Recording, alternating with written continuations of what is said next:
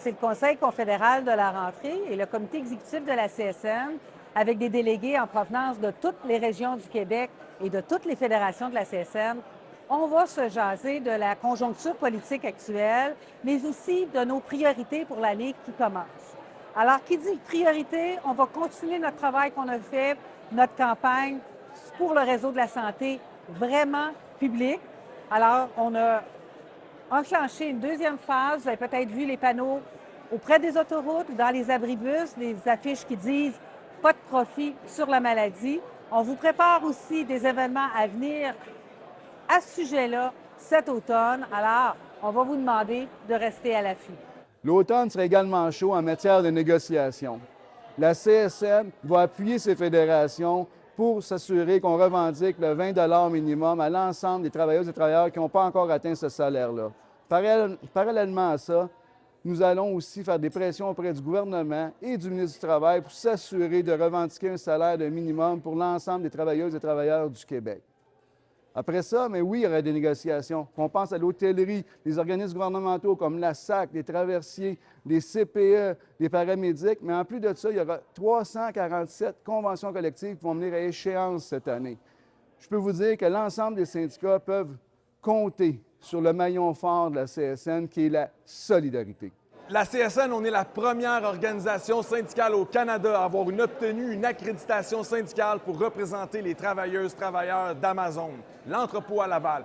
C'est excellent, mais ce n'est que le début du combat, mes amis. On a commencé à négocier la convention collective, mais les attitudes, les pratiques anti-syndicales d'Amazon pendant la campagne de syndicalisation vont se poursuivre aussi pendant la négociation.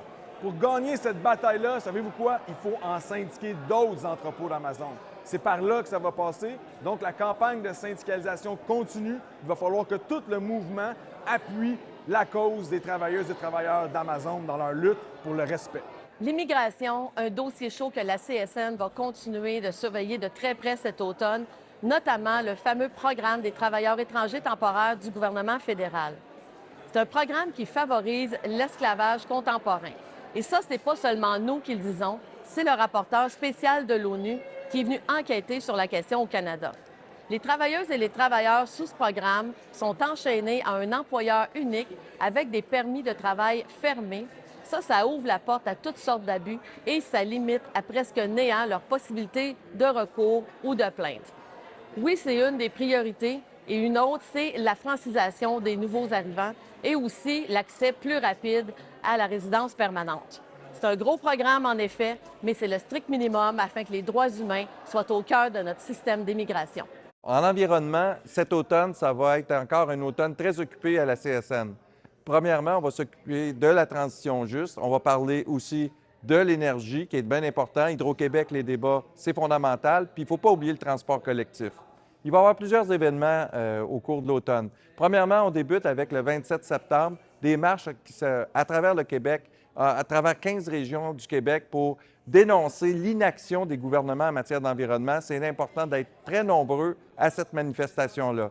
Deuxièmement, aussi, il va y avoir un événement le 21 et le 22 novembre au niveau de la transition juste. C'est important que les travailleurs s'impliquent au niveau de la transition juste, ils sachent c'est quoi et qu'ils soient capables de prendre les devants puis de mener des actions concrètes pour être capables justement d'être impliqués. Finalement, aussi, il ne faut pas oublier qu'on va suivre de très près le gouvernement au niveau du financement du transport collectif. Pourquoi? Parce qu'ils sont déficitaires, selon ce qui nous est dit, mais il faut justement, pour l'environnement, que le transport en commun soit valorisé. On a tout un programme pour l'automne, comme vous avez pu le constater. On va avoir besoin que chacune de nous se mette en action pour qu'on s'assure que nos luttes portent fruit. Par vos conseils centraux, par vos syndicats locaux, par vos fédérations, on a besoin de se mettre en mouvement pour s'assurer que nos revendications là, sont portées haut et fort. C'est dans l'action, on est combatif, hein, c'est dans l'action qu'on est les meilleurs et c'est la solidarité qui est notre fil conducteur. Donc, tout le monde ensemble, on va s'assurer de faire honneur à la campagne de visibilité qu'on a faite à la CSN et on va prouver à l'ensemble du Québec que la CSN, c'est le maillon fort partout, dans toutes les régions et dans tous les secteurs d'activité. On compte sur vous.